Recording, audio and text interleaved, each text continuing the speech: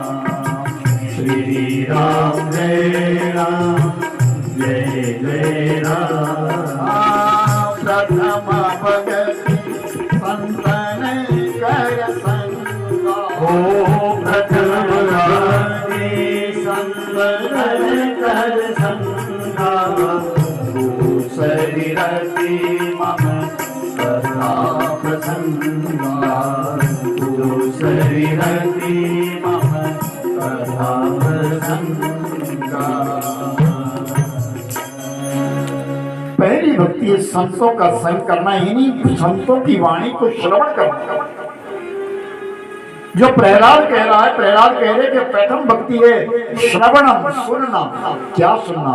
भगवत नाम सुनना, परमात्मा की कथा को सुनना, ये पहली भक्ति है। दूसरी कथा अमरती, भगवान के प्रसंग को, पवन प्रसंग के लिए श्रवण करना, ये दूसरी भक्ति कही गई। 9 प्रकार की भक्ति भरत जय कही गई और 9दा भक्ति का जब विस्तार किया गया, प्रचार किया गया, प्रहलाद ने जब कहा तो झिझकोड़ करके हिरण्यकश्यपु ने कहा, रे दुष्ट, ये तुझे किसने सिखाया? तू उसी की बात कर रहा है जो हमारा शत्रु है, जो हमारा बैरी है, जिसने तेरे चाचा को मारा है। तू उसी नारायण की बात कर रहा है, उसी विष्णु की बात कर रहा है। शंडार्मक को बुलाओ, और शंडार्मक को बुलाया गया। गुरु पुत्रों से पूछा, तुमने मेरे बालक को क्या सिखाया? महाराज, हमने नहीं सिखाया, हमें नहीं मालूम है कैसे जानता, हमने कोई बात करी नहीं इस बारे में। आपने तो जो कहा था कि इसको शस्त्र का ज्ञान देना, मारना काटना सिखाना, हम तो वही सिखा रहे हैं। हमने ये प्रहलाद को नहीं सिखाया। ले जाओ, इसके लिए वापस ले जाओ। प्रहलाद को फिर ले गए और जब वो गुरुकुल में चला गया, वहीं रहने लगा। कई दिन फिर हो गए, कोई नियम है उसका, वो रोज सुनता है लेकिन कुछ नहीं करता, बोलता नहीं है। 5 वर्ष का वो बालक है। आज देखा कि शंडार्मक आज गुरुकुल में नहीं थे, वो कई काम चले गए, बाहर गए हैं। तो उस प्रहलाद ने अपने सब साथियों को सबको इकट्ठा किया और कहा, भाई सुनो, आज हम भगवान का भजन करेंगे। उन्होंने कहा, प्रहलाद, भगवान तो तेरा पिता है। अरे मेरा पिता भगवान थोड़े, हम भगवान का भजन करेंगे आज।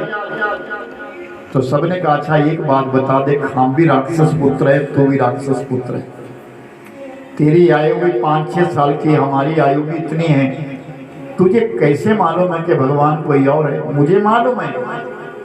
तो प्रहलाद अपनी आत्मकथा कहता है कि जिस समय मैं अपनी मां के गर्भ में था, उस समय मेरा पिता मंदराचल पर्वत के ऊपर तप करने के लिए गया। तो पीछे से देवता आए और देवताओं ने मेरी मां को पकड़ लिया और मेरी मां को घसीट करके ले जा रहे थे कि हम इसको मार देंगे।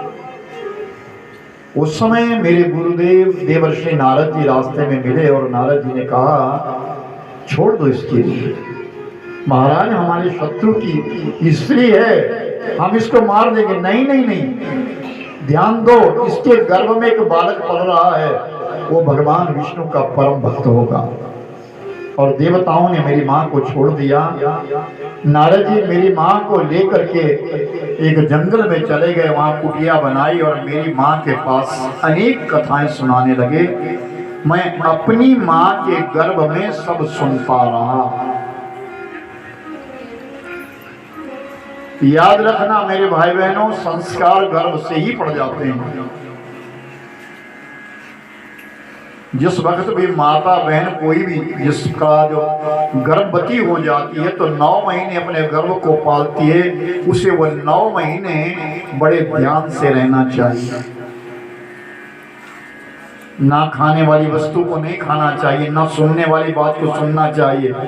हो सके तो उन दिनों में कोई ग्रंथ लगा लो, रामायण लगा लो अपने घर में, रोज पढ़ो।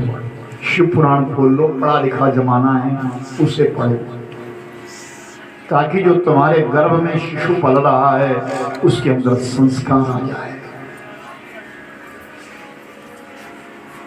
वो 9 महीने बड़े आराम से बिताने चाहिए, क्योंकि आप अकेले नहीं है, हो सकता है आपके घर में कोई ऋषि मुनि आया है। तभी तो कहा कि भ्रूण हत्या एक ऋषि की हत्या मानी जाती है।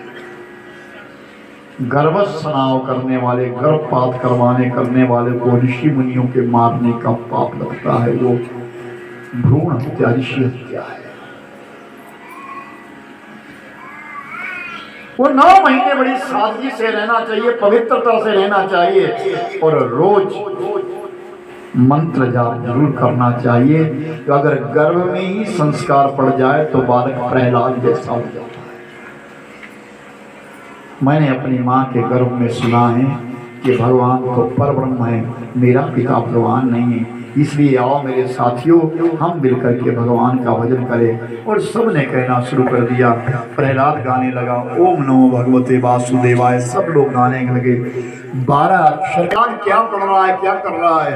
मंत्री आया और उसने देखा वहां तो कीर्तन हो रहा है, सब गा रहे ओम नमो भगवते वासुदेवाय। वो प्रहलाद के पास नहीं आया, उनके बीच में चला गया और वो भी गाने लग गया ओम नमो भगवते वासुदेवाय। सत्संग का प्रभाव है। और जब लौट करके गए, दूसरा आया, जो लौटा नहीं तो दूसरा आया, वो भी उसी प्रकार गाने लगा। एक एक करके 5 व्यक्तियों को हिरण्यकश्यपु ने भेजा, लेकिन वो लौट करके गए नहीं। तो हिरण्यकश्यपु स्वयं आ गया और हिरण्यकश्यपु ने देखा, अरे यहाँ तो विष्णु का नाम लिया जा रहा है। तो उन लोगों के बीच में नहीं गए, सीधे प्रहलाद के पास आ गए और प्रहलाद को पकड़ लिया।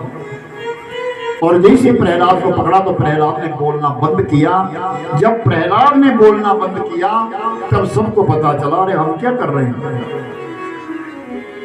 हम तो अपने शत्रु का नाम ले रहे हैं। क्योंकि मेन पाप, प्रहलाद मेन है ना। अगर एक मतलब आप उसको बंद करना चाहेंगे, स्विच आपका एक मतलब बंद होगा। लेकिन अगर आप ट्रांसफार्मर के पास जाओगे और ट्रांसफार्मर को ही उठा दोगे, मतलब उठा दोगे उसका फ्यूज उठा दोगे उसका, तो पूरा इलाका बंद हो जाएगा। तो उस समय वो ट्रांसफार्मर तो वो प्रहलाद बना हुआ है, क्योंकि प्रहलाद ही सबके निरोधित कर रहा है। तो प्रहलाद को ही बंद कर दिया तो सब बंद हुए। तब पता चला हो हम तो गजब कर रहे, सबके अब गर्दन झुक गई, ये हमने क्या किया। और हिरण्यकश्यपु ने प्रहलाद को खींचता हुआ, घसीटता हुआ ले गया और जाकर के अपने घर पहुंचा। कहाँ तेरा परमात्मा, हर जगह है। अपने जल्लादों से कहा कि जाओ इसको पहाड़ से फेंक दो, उसको पहाड़ से फेंका। लेकिन नीचे गंगा मैया ने अपने आंचल में दे दिया। जाको राखी साइया मार सके ना कोई। संयोग उस दिन ऐसा हुआ कि हिरण्यकश्यपु की एक बहन थी जिसका नाम था होली। वो होली आई और होली ने आकर के कहा, भैया इसको ऐसे मत मारो, ये ऐसे नहीं मरेगा, मैं मारूंगी इसके लिए। कैसे? मेरे पास ये शीतल दुपट्टा है, मैं इसको ओढ़ करके बैठ जाऊंगी, आप चिता लगाओ। चिता के ऊपर मैं बैठूंगी, मेरी गोदी में प्रहलाद बैठेगा, आग लगा देगा, मैं बच जाऊंगी और प्रहलाद जल जाएगा। चिता लगाई गई। होली ने प्रहलाद को अपनी गोदी में बिठा लिया। प्रहलाद भगवत भजन करने लगा। नीचे से आग लगाई गई, पवन चली, हवा चली, उस होली का वो दुपट्टा उड़ गया, वो प्रहलाद में लिपट गया। होली जल गई और प्रहलाद शीतल होकर के किनारे हट गया, बच गया।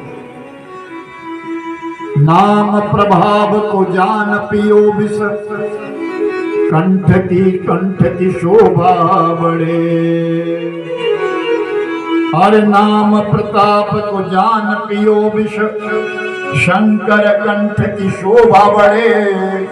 नाम प्रताप को जानिए कौतुक, जली होलिका नहीं प्रहलाद जले। हर नाम प्रताप की महिमा जान, जली होलिका नहीं प्रहलाद जले।